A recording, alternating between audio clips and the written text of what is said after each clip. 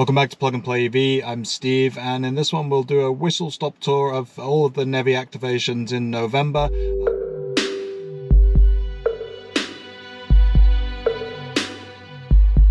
Easily the biggest month yet in terms of activations and construction, so let's jump into a quick look at what's happening in the world of the National Electric Vehicle Infrastructure Program. Okay, so in previous updates I've done a lot of maps on who's getting awards announced, which applications processes are going on. That's been much quieter this month, November of 2024, and a lot of attention has moved to the activations of new stations and new states on the map as far as both construction and energizing new sites goes. So I'm going to focus on that because we're right here at the end of November and there's so much to talk about. So first things first, it is the end of November, so happy Thanksgiving if you're in the US here and have been celebrating, or happy holidays in general as we head into December. In the month of November we have had 16 activations so far. This is recorded on the penultimate day of November, so just the way it's been going we could get even more before the end of the month. But what has happened primarily has Pilot Flying J has started to really sweep through some of its activations in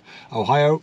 So 12 of those activations were in Ohio and 10 of those were Pilot Flying J sites. If you follow Walter's updates at the Network Architect channel, you'll know they just passed 100 stations across the US, and a big part of that has been a lot of the activations that were pending in Ohio as part of the NEVI Awards. So that's been a real boon to the numbers this month. But not just Ohio. Texas has put itself on the map with the first Texas NEVI activation. That's in a big state, of course, and even better is there's a lot of construction going on beneath that. So as part of 25 sites, the site that was activated in Happy, Texas under InPower Connections, so not a company I'm familiar with, it's based out of Texas, but they will be using the Switch Energy network. So good to see them on the map in Texas, but there's also several superchargers down there that will be NEVI funded. There's another 24 sites under construction in Texas with the superchargers in Gainesville, Cotulla, and I think there was another one that I'll put up on the screen here, all showing signs of having dispensers in the ground and looking ready to go, hopefully before the end of the year.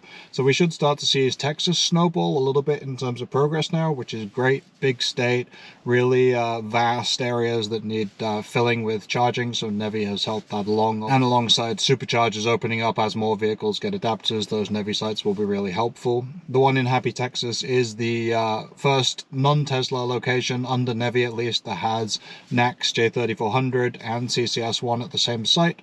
There's another one up in Ashland, Wisconsin, which will be the first site in Wisconsin at a Quick Trip, which is NEVI funded, but that hasn't come online yet. Expecting that now in December most likely, so that'll be another one that has the NACS J3400 as well as the CCS, whereas most of the stations so far have had CCS1 handles only.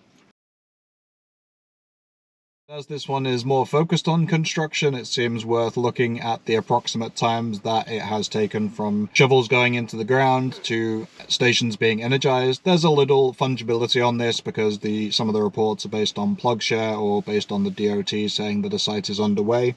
And then you also have the energized status being a little questioned. Sometimes they wait for a ribbon cutting to say that these were truly open, whereas they've been online and charging vehicles. I typically go with the PlugShare announcements. Once someone said they've charged their car there and a few people are going there to visit the station, then you know it's open and available. So still the leading site is the first Hawaiian location in Kahului at the Park and Ride. That was started at the very beginning of February this year in 2024, opened by the end of the month, so they took 27 days from turning dirt to opening that station. Pretty impressive given the location and that it was their first one. And then on the long side you have the 235 days that it has taken to get the one that opened in Burbank, Ohio, starting earlier this year in spring all the way through to this fall in November 2024.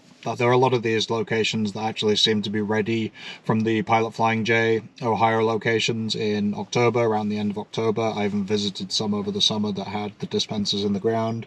They had a long time waiting to see energize those, but spree towards the middle and end of November, and those are now active.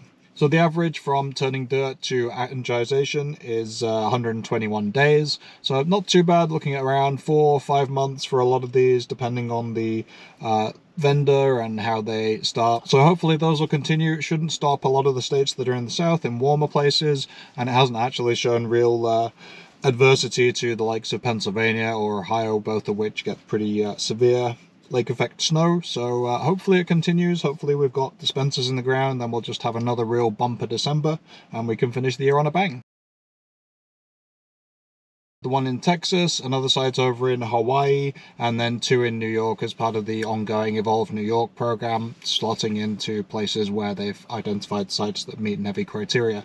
So a busy month, 16 activations, almost got pretty close, and may even, because we're not quite at the end of the month here, may even double the amount of stations that we reported to you in October, which ended the month at about 21, I believe it was. So we were on 16 in November so far. That eclipses any of the months previous. First station was opened in December 2023, so about a year ago now, and every month we've been seeing 2 or 3. The biggest month previously was 4 in June, but not even close. As you can see, 16 in November eclipses a lot of that and almost doubles what has gone in the previous 11 months. We had Love starting to appear on the map, which is the 3rd largest award winner in terms of the NEVI awards that have been handed out. So although they don't have many own brand charging stations on the map right now, we've only got the one in New York, which was not NEVI funded, and then the one in Jonestown, PA, which was, but those are only the first 2 of what should be a very large program. So if we start to see them really gaining momentum alongside the likes of Quick Charge and the Texas chargers, we'll start to see a lot of activations here. Certainly a lot of construction underway already. I've got more than 100 sites that reported in some way or another, whether it's plug share activity or Department of Transportation, saying that these sites are underway. They're in progress in some form or another, and look closer to being done than a bunch of the other awards that are out there. 10 states with active NEVI stations now. That is Utah, Texas, and then a lot across the Northeast and the Midwest here. So Ohio, Pennsylvania, Rhode Island, Vermont, Maine, New York, Kentucky, and then you have the stations over in Hawaii and the Utah and Texas in the mountain and southwest areas. And a quick note on hardware, because that is becoming more relevant as you get more and more sites rolling out there. Naturally, as with the Pilot Flying J being the leading locations at the moment in terms of NEVI activations, especially with Ohio and their round 1 awards being so heavily weighted towards Pilot Flying J, Delta, their vendor of choice, has the most units in the ground at the moment. They're leading the pack by some way. Then in second is Signet, Francis Energy, using their 400 kilowatt chargers, and then distant third, tied with Tesla, ChargePoint, and ABB, all on 3. Expect Tesla to come back pretty soon. That's a lot of sites down there in Texas that they've been awarded, and they have some more in Pennsylvania that could be coming online.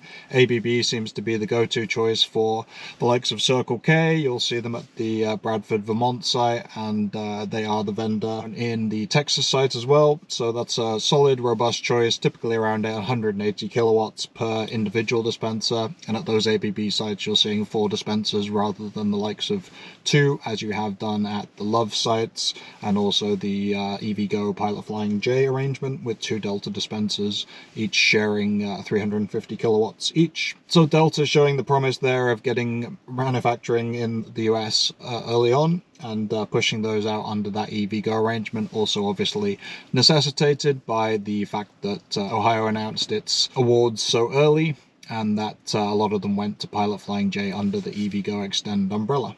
So there's a lot there. We'll switch back to the map of overall progress and awards that have been announced, who's soliciting, who's into multiple solicitations, that kind of thing in December when we have a little more time. But just overwhelmed with so much action on the ground. That's exactly what we want to see from the NEVI program. The awards are all well and good, but as they come up on the map as locations and you actually start to see dirt being turned and dispensers in the ground, that's where it really gets exciting. So does this spur of activity start to make you a little more optimistic about the NEVI plan and how it has worked for stations, or is this just something that naturally would have come along anyway? Let us know down in the comments. It's always interesting to see, and we will catch you up in the next one in the NEVI update in December.